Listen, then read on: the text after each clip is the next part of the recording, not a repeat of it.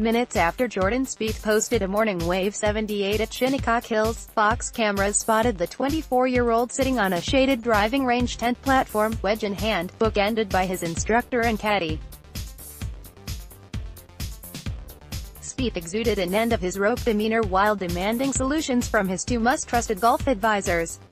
Instructor Cameron McCormick fiddled with his water bottle cap, attempting to assure his student. A spent Michael Greller looked like he had carried 2 tour bags for 36 holes. Even after missing the cut at Memorial heading into the U.S. Open, Spieth had felt better about his game headed to Shinnecock Hills. This despite an uninspired Texas swing, where extreme putting woes surfaced again.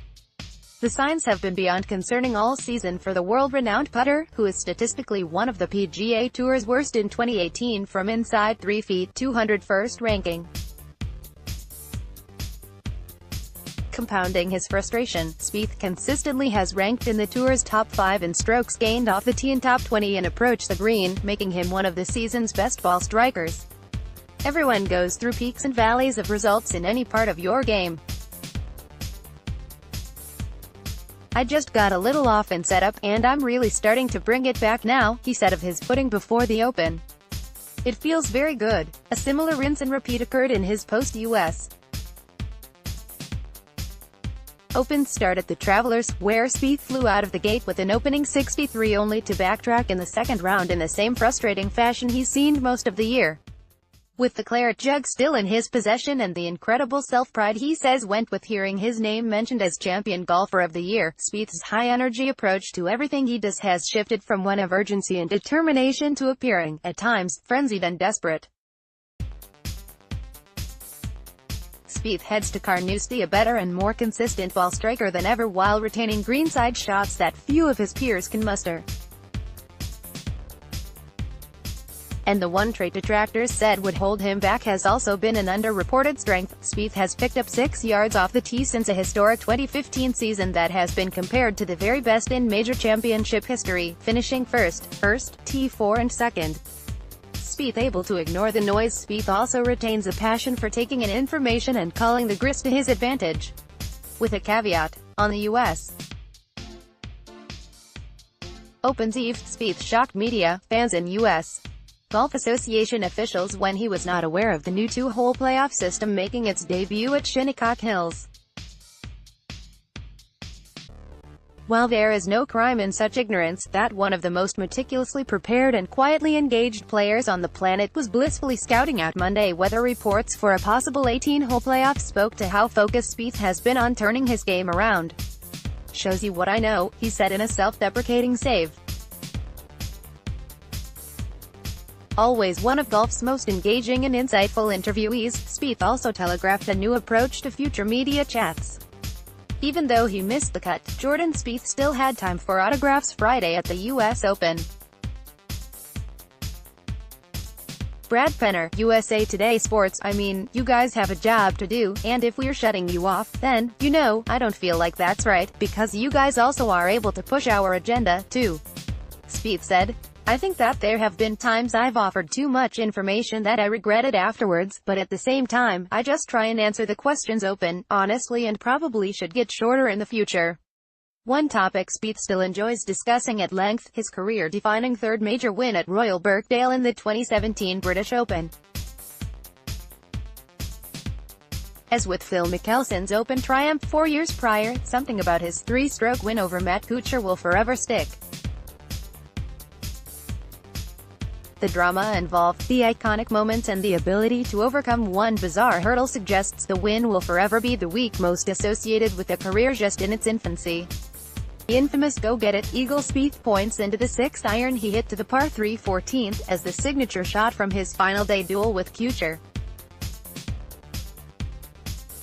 Fans will counter that his go-get-it eagle putt at the 15th stole the show, where Spieth's impromptu homage to old-time player caddy ball retrieval was inspired by early week highlight viewing and spoke to how he has absorbed the work of previous generations. Both 14 and 15 took on greater significance due to the 30-minute escapade on the hole prior. Spieth's tee shot ballooned into the cross breeze, and his ball headed for the tallest dune at Birkdale only to bounce off a spectator and far right of the course's most difficult two-shot hole. The ball sat deep in a horrendous lie of fescue and fern that precluded a wedge back to the fairway. So Spieth infamously took control of the situation by accepting an unplayable live penalty stroke, and playing from Birkdale's practice area. I got home to Dallas the next day, and I couldn't help but turn on the final round, and actually fast-forwarded until the tee shot on 13. I didn't watch the first 12 holes. Why would he? The round was spiraling while Kuchar was unrelenting in his consistent navigation of Birkdale, creating a duel that will rank just behind Nicholas Watson at Turnberry in 1977 and Stenson Mickelson at Troon in 2016. "I don't even know exactly what happened on that tee shot," Spieth said. Once the ball was found, he was too focused on sorting out logistics with rules officials a bit thrown off by the situation to ever sense how long Kuchar was made to wait. "For me, it went by pretty quickly because it was, okay, decision here, now I need to drop here," Spieth said of his DVR rewatching.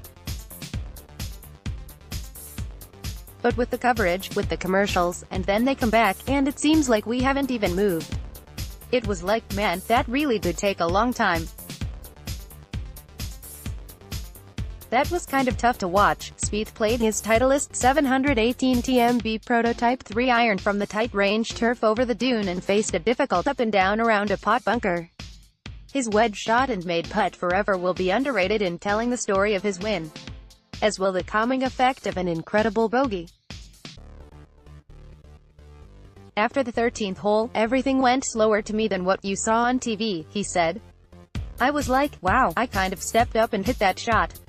But for me it was this whole regrouping and re-motivating and resetting a goal. And all that kind of took place pretty quickly, I guess, in real time." For all of his 2018 ups and downs, Spieth is armed with confidence from his constant, major championship contention since turning professional in 2013. After all, Spieth and Jack Nicklaus are the only players in the modern era to have won 3 of the 4 men's majors before their 24th birthdays. "I've kind of had a career's worth of experience in 3 or 4 years, which is I think advantageous going forward, the way I look at it," he said. The Texan is conscious of similarities in major performances featuring seeming control of the lead followed by it kind of falling out of my hands, before bringing it back in a season looking eerily like several of his major championship final rounds. Spieth can return to Carnoustie with the claret jug in hand and bank on his recent struggles as the 13th hole equivalent of 2018. "Going forward, I can certainly look back on that as, man, positives can come out of what really seems like a day that's not going my way," Spieth said. "That's all you need, is a little bit of that kind of belief." GWK. Note, this story appeared in the July 2018 issue of Golf Week.